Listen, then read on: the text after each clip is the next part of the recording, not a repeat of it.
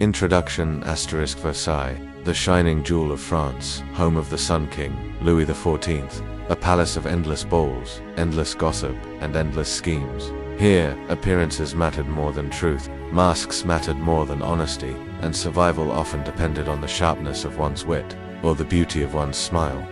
But among this glittering crowd lived one woman who refused to play by those rules. She was honest when others lied, she was blunt when others flattered, and she left behind not just her story, but more than 60,000 letters, a treasure chest of gossip, wit, and truth, revealing what life was really like in the most powerful court in Europe. Her name was Elisabeth Charlotte of the Palatinate. History remembers her simply as Liselotte d'Orleans, a German princess forced into a marriage of politics. A woman caught between two worlds, Germany and France, duty and freedom, appearances and truth. This is the story of Liselotte, the outspoken princess of Versailles. Asterisk music swells, then fades into Chapter 1. Chapter 1. A troubled HOD Elisabeth Charlotte was born on May 27, 1652, in Heidelberg, the capital of the Palatinate, a territory of the Holy Roman Empire. Her father, Charles I Louis, Elector Palatine, was a powerful prince. Her mother, Charlotte of Hesse-Cassel, was riddled, but their marriage was a disaster.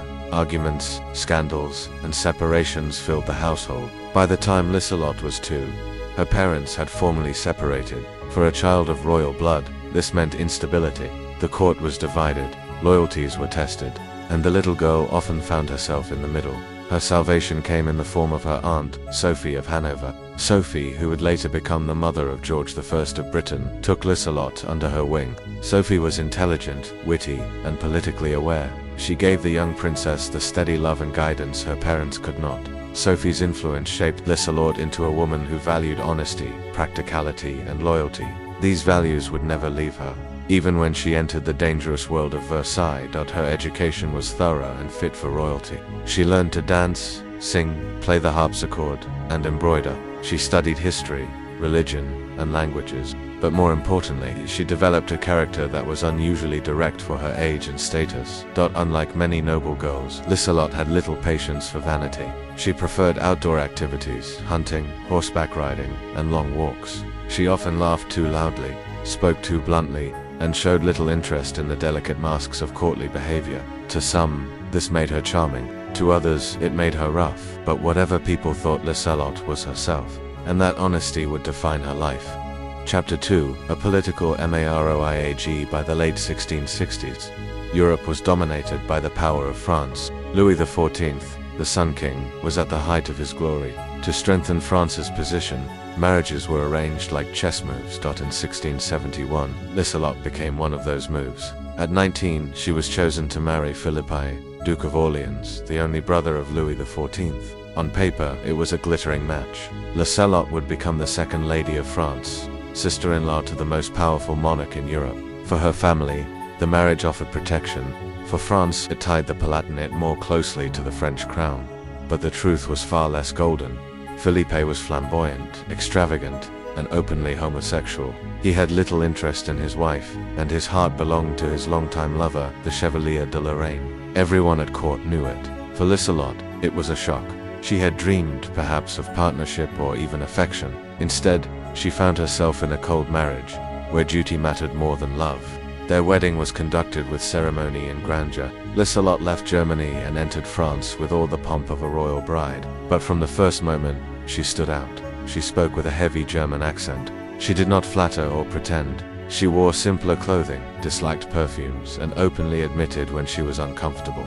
To the refined courtiers of Versailles, she seemed almost barbaric, yet to others, she was refreshing, a woman who said what she meant in a world of endless masks. Chapter 3. Life at Versailles. French court at Versailles was dazzling. Glittering halls, sparkling fountains, music, theater, and dance. But beneath the beauty, it was a world of ruthless competition. Every smile hid a scheme, every gesture carried meaning. Liselotte entered this world with little preparation. Her plain manners quickly made her a target for ridicule. Women whispered about her lack of style. Men mocked her accent. She was seen as unsophisticated, even unfeminine. And yet, in the middle of this storm, Liselotte found an unlikely friend, Louis XIV himself. The king appreciated her honesty. She never flattered him, never schemed for favors. Instead, she spoke directly, sometimes even bluntly, and Louis, who was constantly surrounded by liars and flatterers, found this refreshing. He enjoyed her company during hunts and walks, and he trusted her in a way he trusted few others. This friendship protected Liselotte. It gave her a small but significant shield against the poisonous tongues of Versailles. But it also brought jealousy. Many courtiers resented her closeness to the king. Her marriage, meanwhile, was distant. Philippe lived openly with his lovers, leaving Liselotte alone. Still, she fulfilled her duty as a wife. She gave birth to 3 children, Alexander Louis, Philippe, and Elisabeth Charlotte. Tragedy struck when her eldest son, Alexander Louis, died at the age of 3. Liselotte was heartbroken. She poured her grief into letters, describing her pain with raw honesty. These letters, still preserved today, reveal a woman deeply human, far beyond the mask of royalty. Chapter 4. The letter writer of Versailles, Liselotte, is remembered for one thing. It is her letters. Over her lifetime, she wrote more than 60,000 of them to friends, family, and political allies. They are witty, sarcastic, full of gossip, but also deeply insightful. They cover everything: the fashions of Versailles, the endless intrigues, the behavior of courtiers, the illnesses of her children, the policies of the king.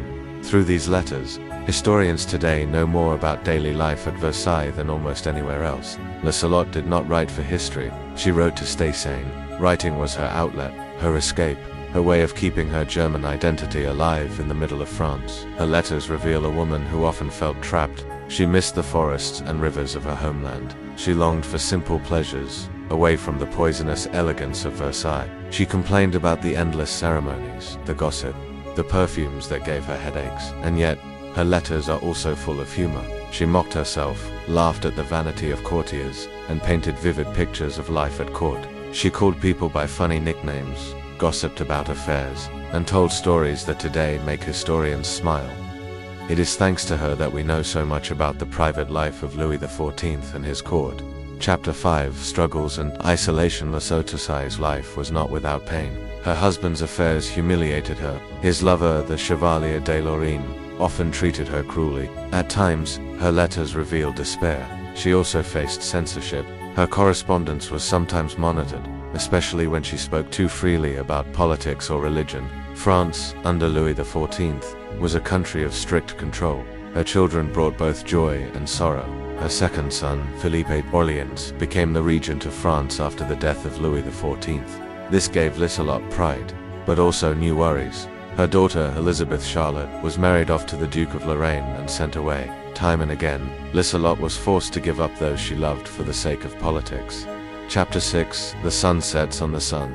Kionji in 1715. After more than 70 years on the throne, Louis XIV died. The Sun King was gone, and France entered a new era. Liselotte's son, Philippe II, Duke of Orleans, became regent for the young King Louis XV.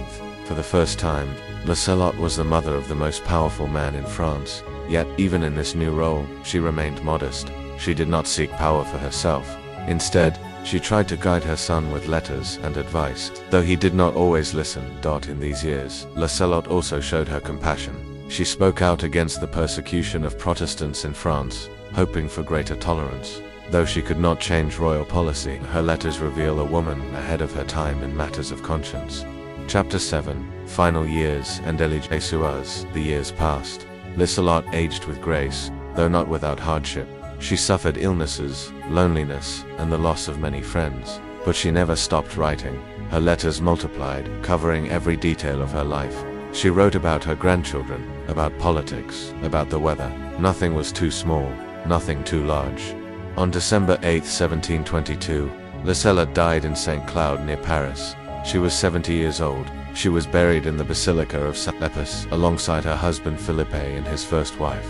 Her death ended a remarkable life, but her words lived on. Today, historians treasure her letters as one of the richest sources of information about Versailles and the reign of Louis XIV. Through her eyes, we see the court not as a golden paradise, but as a place of human drama, humor, and pain. Conclusion. Elisabeth Charlotte of the Palatinate, Liselotte d'Orléans, was never the most beautiful woman at Versailles. She was never the most powerful, but she was perhaps the most honest.